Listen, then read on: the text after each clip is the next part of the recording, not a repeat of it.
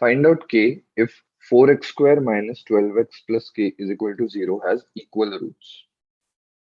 Now roots are equal, that means delta is equal to 0. Delta means b square minus 4ac. So therefore b square minus 4ac should be equal to 0.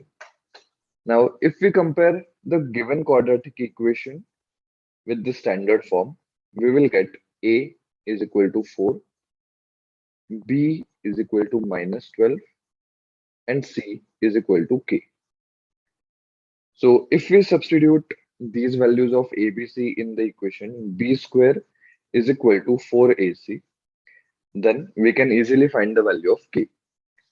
So b square, that becomes minus 12 square, that is 144, is equal to 4 multiplied by a, that is 4 again, into c, that is k. Now 4 fours are 16 and 16 nines are 144.